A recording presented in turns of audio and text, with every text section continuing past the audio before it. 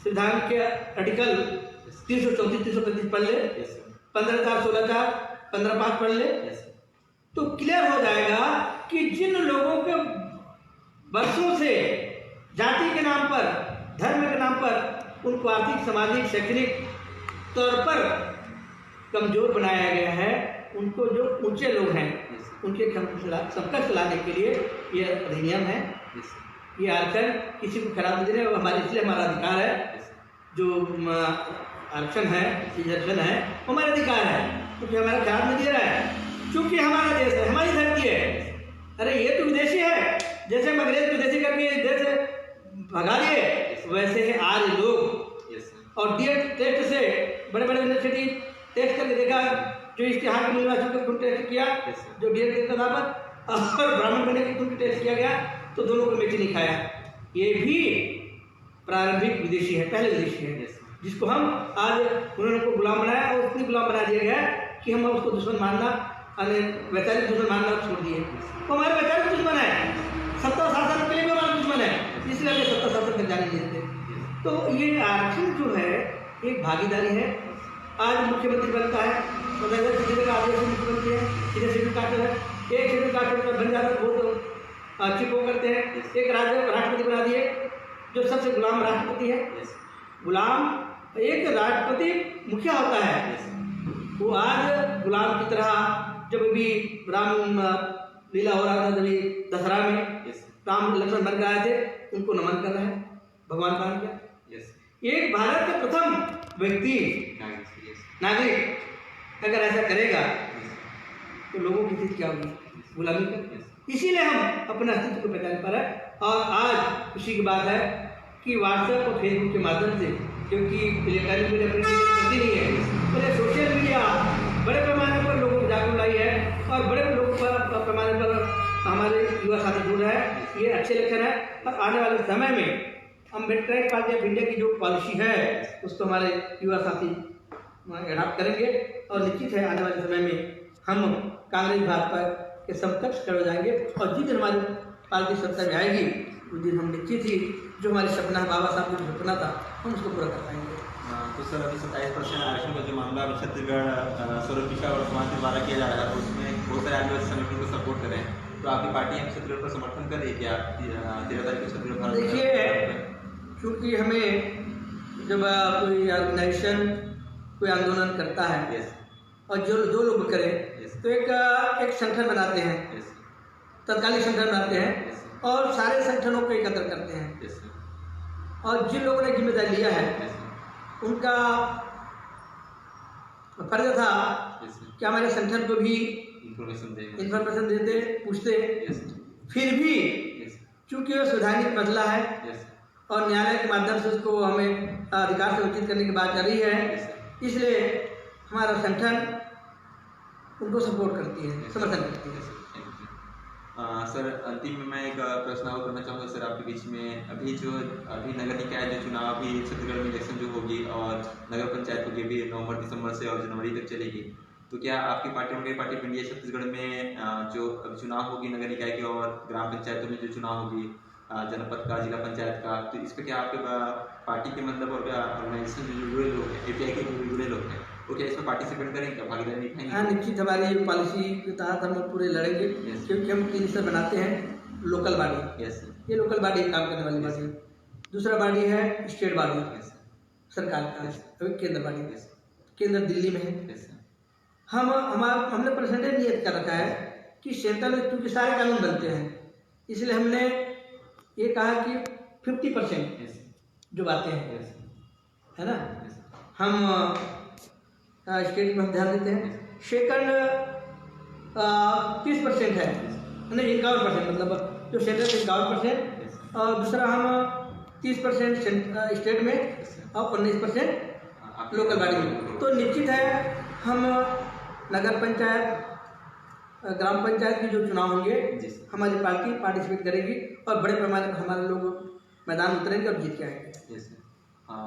तो मैंने अभी देखा राष्ट्रीय महासचिव धीमान अर्जुन सिंह ठाकुर साहब ने अभी पार्टिसिपेंट जो नगर निकाय चुनाव होगी और जनपद की जो चुनाव होगी, पंचायतों में जो चुनाव होगी, उसमें हमारे पार्टिसिपेंट हमारे मतलब अड़गाई पार्टी इंडिया के चुनाव लड़ाया जाएगा, इसमें कंटेंट करेंगे।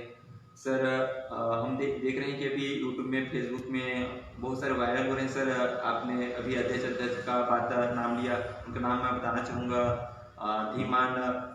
धीमान माननीय हमारे विजय मानकर साहब जी, राष्ट्रीय अध्यक्ष अड़गाई पार्टी इंडिया, जो अभी भारत के ही नहीं पूरे वर्ल्ड के या दुनिया के कहना चाहिए एक कॉस्मो ह्यूमनिस्ट मैन है, जो विज्ञानवादी टेक्नोलॉजी क्षेत्र में और अपना एक अलग ही इन्वेंशन जो किए हैं उन्होंने, कॉस्मो ह्यूमनिज्म, जो बुक अभी निकली हुई है अमेजोन में जो उपलब्ध है। सर मानकर साहब, विजय मानकर साहब का नाम हमने बहुत सुना है और लोगों के बीच में भी हम जाते हैं, उनका स्पीच लोग बहुत यूट्यूब में लाइक करते हैं, फेसबुक में शेयर करते हैं। सर वह लोगों के बीच में तो उनके स्पीच जा रहे हैं सर, मगर क्या उनके जो ऑर्गेनाइजेशनल रूप से उनका बात लगता है जमीनी स्तर पर नहीं पहुंच पा रहे, तो इसका क्या कारण समझते हैं सर आप? देखिए, अगर जैसे आपने कहा कि विजय मानकर दुनिया का लर्नेड पर्सन है, यस सर, निश्चित है।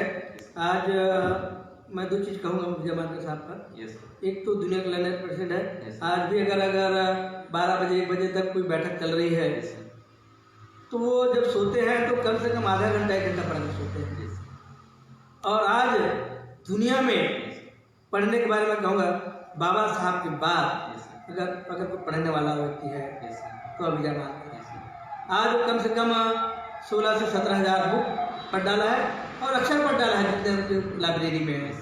और आज उसकी लाइब्रेरी भारत के कम से कम पहले दूसरे नंबर पर है। और दूसरा कहूँगा कि वो केवल पढ़ नहीं रहे हैं, लिख भी रहे हैं, पढ़ भी रहे हैं, लिख भी रहे हैं और संगठनात्मक ढंग से काम भी कर रहे हैं। और मुझे याद आ रहा है कि तथागत शब्द आता है, सिद्धार्थ गौतम बुद्ध के लिए तथागत आया हुआ है। yes, मैं ये बात को माना कभी नहीं कहूँगा, पर आने वाले समय में ये बात निश्चित होगा। तथागत का मतलब होता है जैसा है, जैसा दुनिया है और उसको उसी तरह समझना है। कॉस्मोस जैसा है, नेचर जैसा है, उसको समझना, उसी अनुसार समझना, उसी अनुसार लोगों को विचारधारा के आधार पर स्प्रेड करना। इसको तथागत आगे बुद्ध के बारे में कहा गया है कि वो जैसा दुनिया है वैसा वो समझते थे और वैसा करते थे, इसलिए सिद्धार्थ गौतम बुद्ध को तथागत कहा गया है। आज मानकर साहब का कहना जल्दबाजी होगा, परंतु वो उसी ओर अवगत है। और इसलिए हम कहते हैं कि जैसे बाबा साहब अम्बेडकर को हम कहते हैं कि बुद्ध का धर्म मानने वाले थे और धर्म मानने वाले क्या बोलते शब्द आता है, बोधिसत्व। बुद्ध के लिए बोधिसत्व तो था, बुद्ध था, बुद्ध बाद आता दूसरा रिश्ता है बोधिसत्व। तो बाबा साहब बोधिसत्व करके बाबा साहब ने भी करीबन 25,000 अपने जीवन में पढ़ा, उन्होंने भी लिखा, जितना उन्होंने लिखा पढ़ा और जितना किया कोई नहीं किया। पर उनके रास्तों पर ही उन्होंने कहा कि मुझे भगवान मत बनाओ, मेरी पूजा मत करो, मैं जो बता रहा हूँ रास्तों पर चलो।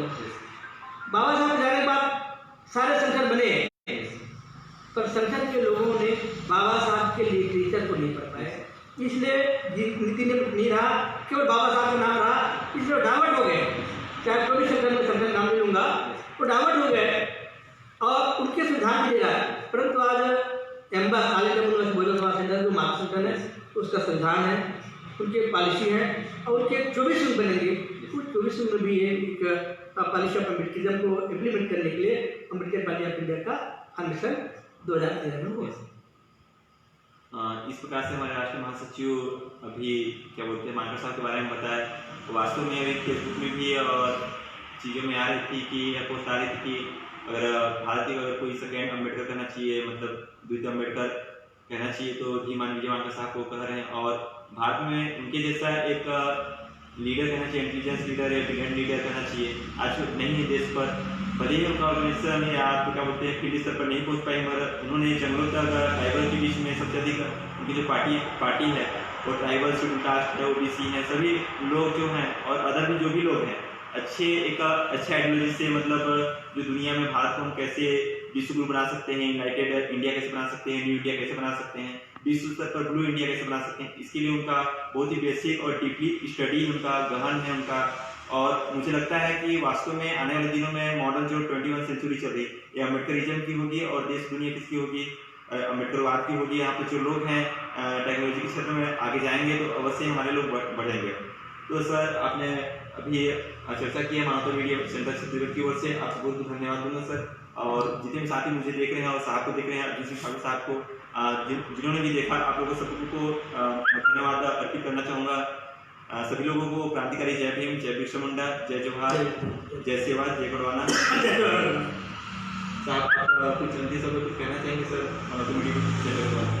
मैं ये कहना चाहूँगा कि जो भी अम्बेडकर पार्टी ऑफ इंडिया और मातृ सेंटर हैंडबस यस सर, जो भी कार्य कर रही है यस, उसको जन जन तक पहुँचाए, और जब तक जन जन तक नहीं पहुँचाएगा तो मीडिया का मतलब ही नहीं होता। यस, क्योंकि यहाँ पे कथित जो मीडिया है, इलेक्ट्रॉनिक मीडिया, प्रिंट मीडिया जो है, यस, वो सही बात को छुपाती है और गलत बातों को अगर वो छापती है।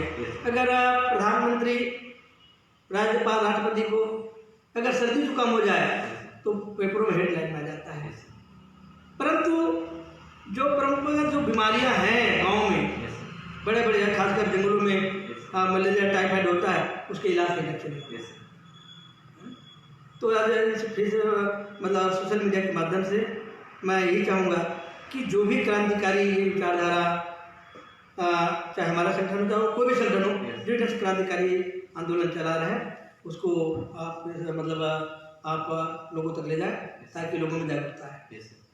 तो साथियों क्या बोलते हैं, मैं कहना चाहूँगा कि जो भी Ambedkar party of India Chhattisgarh से या तो पूरे भारत में जो भी जुड़ना चाहते हैं, तो अम्बेडकर पार्टी ऑफ इंडिया के फेसबुक पेज है, उसको आप लाइक कीजिए, शेयर कीजिए, सब्सक्राइब कीजिए सर। और यूट्यूब चैनल जो है धीमान विजय मांगा साहब का, और एनलाइटेड न्यूज जो और API इंडिया जो न्यूज़ चैनल है, हमारे फेसबुक पेज हैं, उनको आप लाइक करके सब्सक्राइब करके हमारे जो वीडियो हैं उसमें आप देख सकते हैं, शेयर कर सकते हैं और समझ सकते हैं, अंडरस्टैंडिंग कर सकते हैं। और लोगों के बीच में, किसानों के बीच में, युवाओं के बीच में, बेरोजगारों के बीच में, और जो भी कर्मचारी अधिकारी हैं जिनको सही न्याय मिलना चाहिए, जस्टिस मिलना चाहिए, वास्तव में उनके पास भी मैसेज जाना चाहिए। Thank you very much, thank you जो भी देख रहे हैं। आई लव यू सभी साथियों को, क्रांतिकारी जय भीम, धन्यवाद।